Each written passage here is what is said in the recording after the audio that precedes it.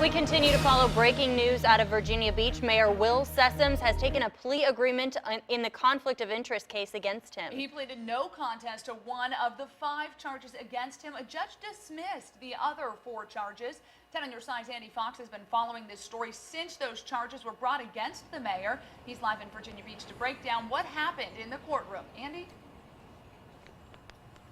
Well, Deanna, it has certainly been a long year, over a year, for Mayor Will Sessoms. This was video of him showing up at court.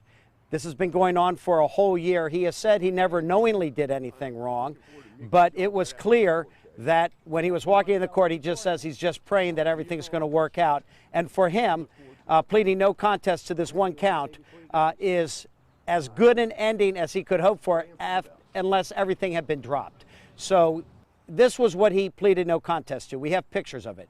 This is 827 Muth Lane, known as Madison Landing property. I went there personally and took pictures of this.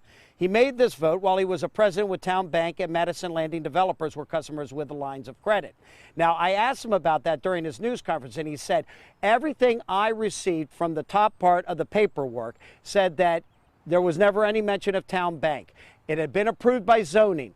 It was a consent agenda item. There was no one in the neighborhood opposed to it. There was no one on city council opposed to it. And so he did not dig deeper. And he now acknowledges he should have dug deeper into the paperwork he was given for this vote, because he would have seen that Town Bank did have a line of credit with the developers who were the customers. The vote in question changed the zoning. What it did was, and this is the reason why it becomes a conflict, it changed the zoning, which allowed the developers to increase the unit numbers from 9 to 14. Not a big deal number. When I went out there, I was expecting to see some big complex. This was a very small development, but as it goes, a developer who is able to build more units, more condominiums, the more money he can make. And so that is where the conflict came in, that he should, in hindsight, he acknowledged, if he had known what he knows now, he would either have abstained or he would not have voted at all. Now, he could have received a maximum $500 fine for this Class 3 misdemeanor.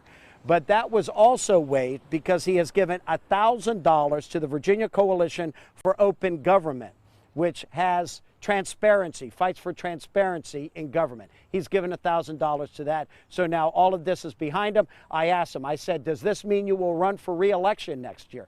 Thinking that the only way he truly vindicates himself is to run and to win. He said he can't even discuss that at this time. He's got to digest all of this and take a couple of days off and figure out exactly what has happened, because it has been a terrible year for the mayor. This, we can certainly say, is the best day he has had in over a year to finally have this behind him. At the courthouse in Virginia Beach, Andy Fox, 10 on your side.